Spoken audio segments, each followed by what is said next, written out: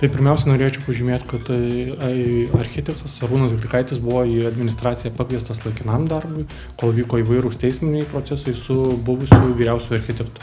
Išsiskyrė keliai, tai nesutapo daugeliu atveju nuomonės ir požiūris į darbą, strigo įvairūs projektai, buvo keliamos užduotys, lūkesčiai, kaip pavyzdys vienas iš Rotušės aikštės architektūrinio konkurso, Dainų slėnio, užlipimo į pėsčiųjų tiltą ir daug visokių darbų, kurie strigo, tiesiog nebuvo daromi.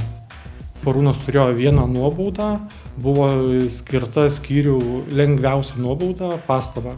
Už ką? Už darbo drausmės pažeidimus, kai nebuvo darbo vietoje, darbo laiku.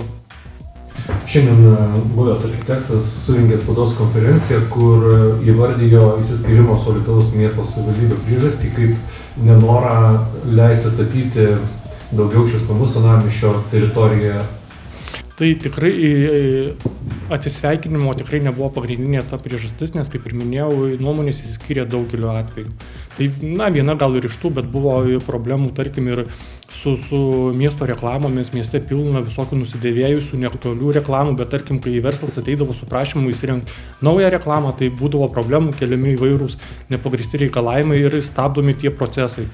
Tai tų klausimų tikrai buvo daug. Pagal galiojančią tvarką iš pareigų gali atleisti administracijos direktorius architektą. Grigaitis mini, kad jūs gavote mero nurodymą atleisti. Tai su Grigaičiu buvo atsisveikinta šalių susitarimu, sprendimai buvo priiminėjami ir tariamasi buvo visoje ir mero komandoje, bet jeigu ne meras, tai su Grigaičiu būtų atsisveikinta žymiai anksčiau.